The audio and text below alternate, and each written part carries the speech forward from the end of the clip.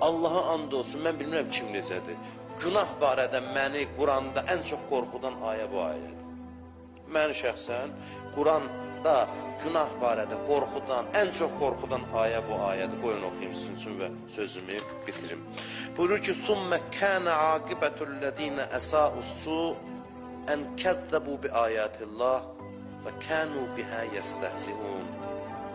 Buyurur ki, o adamlar ki, günah elədilər, pis iş gördülər, günahları təkrar elədilər, onların aqibəti gəldi belə oldu ki, onlar Allahı dandılar və Allahın ayələrini ələ saldılar.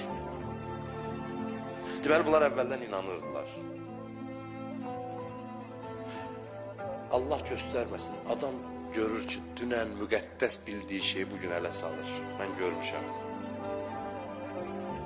Dünən etiqat bəslədiyi şeyi, canımı verirəm, indi ələ salır, təksib edir. Quran bilir ki, bir adam ne üçün kafir olur?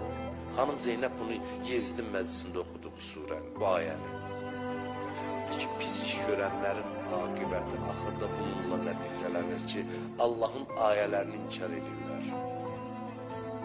Dünən inandığını bugün danmağa başlayır.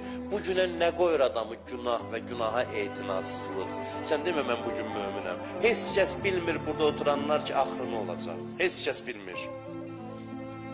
Axırı necə olacaq? Heç kəs bilmir ki, küçədə gəzən o günahkar var, buna yuxarıdan aşağı baxırıq, onun axırı nə olacaq? Çox olur ki, o gəlir Allahın yoluna, hətta gedir şəhidlik zirvəsinə qalxır.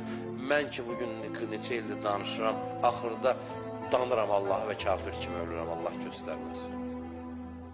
Bu olur. Və buna səbəb nə olur? Buna səbəb günah olur. Və bu ay nə aydır? Bu ay və huvə şəhrut təvbə. Allah dostları bu günlərdə yorulmur Allahın qapısına getməkdən. Üzrxahlıq üçün də fürsətdir. Keçmişi düzəltmək üçün fürsətdir.